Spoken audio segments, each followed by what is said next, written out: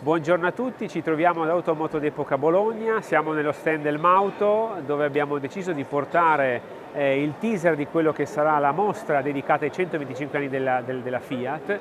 Abbiamo portato alcune auto uniche dalla primissima Fiat fino alla Fiat Turbina e dietro di noi abbiamo una delle vetture più emblematiche che si può dire degli anni 20, la FIAT Mefistofele, costruita con pezzi originali Fiat di vetture da corsa e un motore d'aereo, la FIAT Mefistofele.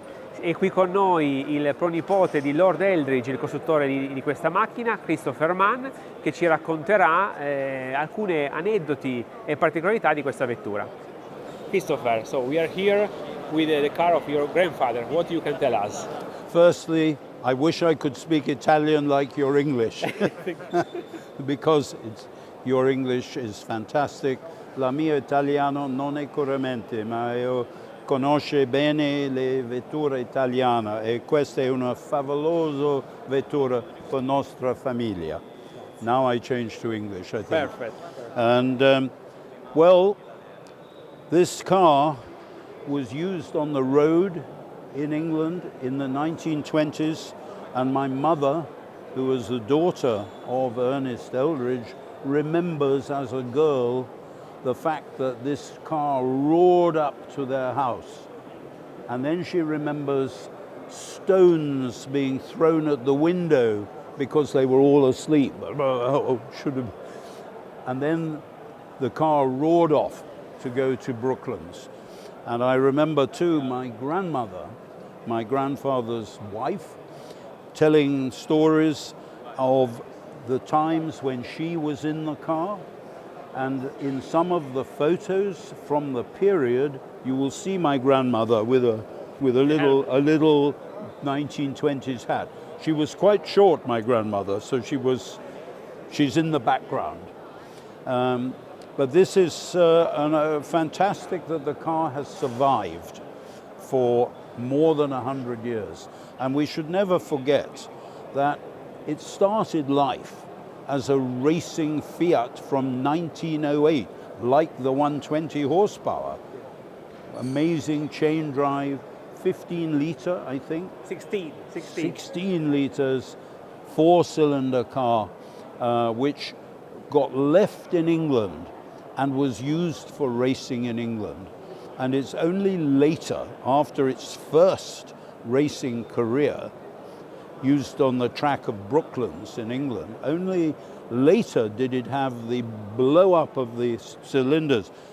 They left the, I think the bonnet too, and so the car was ruined. Then my grandfather, aged only 23 years old, bought what was left.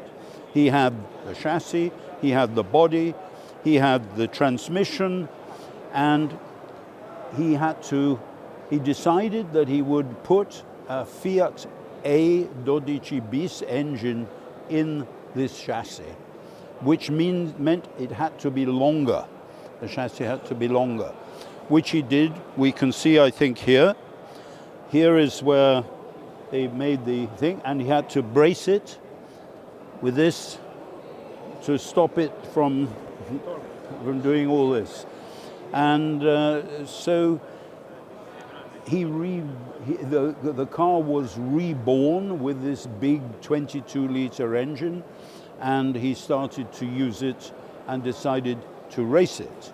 But before he did this, he already had experience of a big aero engine because he had an Isotto Fracchini with a big Maybach.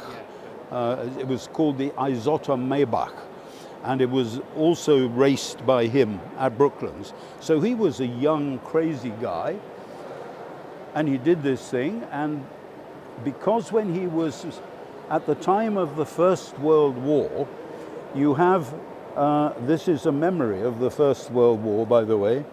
We have this because the war ended in November, and every November in England everybody has this poppy, because in the trenches for the soldiers they grew these flowers, many of them.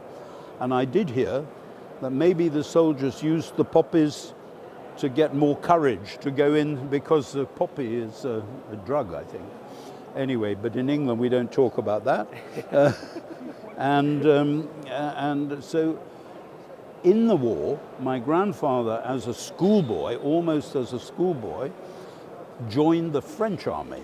So he was fluent in the French language. And he was partly in England, partly in France. And so for him, it was very logical to take Mefistofele to Montlieury for the opening of the Montlieury track. And he won the first race at Montlieury, the first big race at Montlieury. It was in 1924. 1924. It was in 1924, in the autumn of 1924. And before then, he had been in France to go and try to take the world speed record at Arpajon, which is just outside of Montlieury. And I've driven the road that my grandfather did, but not in Mefistofele. I drove it in my 1924 Alfa Romeo RL Tagaflorio. Great. And yeah, so there we are. He went very fast, but then apparently the French driver in a Delage in a V12 Delage, he had just tried to break the record also. And he was a little bit slower than my grandfather, and he complained. He said, no. This car is not eligible for road because it has here the road registration from England, but in France, if you have a car registered for the road, it has to go forward and it must go backwards. It has to have a reverse gear. And this car doesn't And have this car, he said, the Mefistofele has no reverse. So, and of course they were in France, French driver, French car, so he has the record. And they say, no, the first run, not allowed. But 1 week later, Mefistofele comes back. And my grandfather finds somewhere the reverse, and he shows it goes backwards. He built something to make it go backwards. We don't know how. In the family, we say what he did, he took the chain and he made the chain, but I don't believe it because it's not possible. So I think this is not true, what we have in our family. But anyway, he proved he could go backwards. So he had another go at the record, and he got the record by not very much, but he got it. And then after the record, he got in the car, he drove to the center of Paris, and he parked the Mefistofele outside the Delage showroom to show to Delage, this is number one. This is the one. And then after that, after some time, he sold the car to another gentleman, and luckily it survived in England. Unfortunately, the tail is completely wrong. When my grandfather was up here, much higher, but it survived. And a family called Naylor, Mr. Naylor, found the car and rescued it, and eventually they got it going. I remember as a boy seeing this car being raced on the track in England, really raced. And I have a picture on my wall at home. I have to show you when you're in London. I have the picture of Mefistofele at Oulton Park, which is quite a twisty track, sliding round a corner, and behind the Mefistofele is an ERA, an English, which is very fast, ERA, supercharged Formula 2 car. So it had quite a career, and then it came to Italy, and now it's with the MAUTO.